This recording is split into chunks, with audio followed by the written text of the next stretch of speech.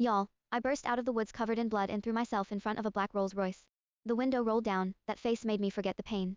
But what really made my knees weak was the look in his eyes. Tires screamed to a stop an inch from my knees.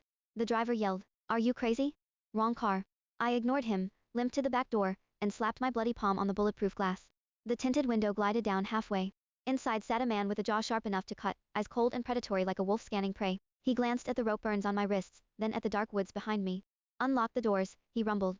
I threw myself into the back seat, ruining the white leather with mud and blood. I didn't care. Two kidnappers burst from the tree line with a pipe and knife. The man didn't even blink. "Handle it," he told his driver. The driver pulled a Glock, and a red laser dot landed on the lead thug's chest.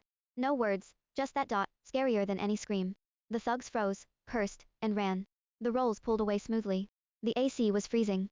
I shivered, dripping wet. The man took off his tailored jacket, smelled like cedar and faint cigar smoke, and draped it over me.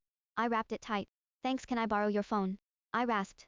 He handed me a black phone, his dark eyes tracking the bloody scratch on my neck, his finger tapping his knee. I dialed my building's security, not the cops. I needed to know where my husband was first. "This is Mrs. Stafford. Is my husband home?" "No, Mom. Mr. Stafford left an hour ago and hasn't returned." I hung up and handed the phone back. He raised an eyebrow. "No cops. No hospital." "No," I said, chin up. "Just the Upper East Side." He studied me for a few seconds, covered in mud and blood, lips blue, but my eyes didn't flinch. He didn't ask questions. "Reroute to Manhattan," he told the driver. The car fell silent. I glanced at him from the corner of my eye, no name tag, no custom plates, mysterious as hell.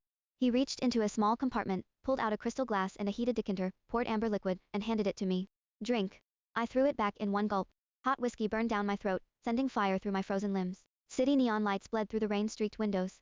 As we neared the Stafford Tower, I said, "Stop here." He didn't argue.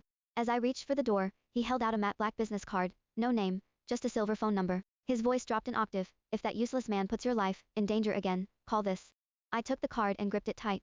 The way he looked at me, like he already knew my husband was trash. I stepped into the rain, and the rolls disappeared into traffic. I didn't go through the main lobby.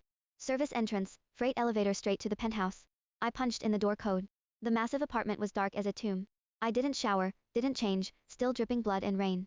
I walked to the hidden wall safe, opened it, and grabbed my passport, birth certificate, cash. From the back of the closet, I dragged out an old dusty suitcase, and threw in 3 basic outfits. No jewelry, no designer crap he bought me. Just enough to disappear. As I zipped the suitcase, the electronic lock beeped. I didn't turn around. Heavy footsteps echoed in the foyer, familiar. Joaquin's voice cut through the dark. "Kinsley. You home? I heard you lost my phone." I was still half kneeling, documents scattered, blood dripping from my wrists onto white marble. I slowly stood up and turned around. He saw me covered in blood and frowned. Guess what his first words were? "What happened?" Or, "What are you up to now?" Next episode, you'll find out. That black card in my hand is worth 10,000 times more than his marriage.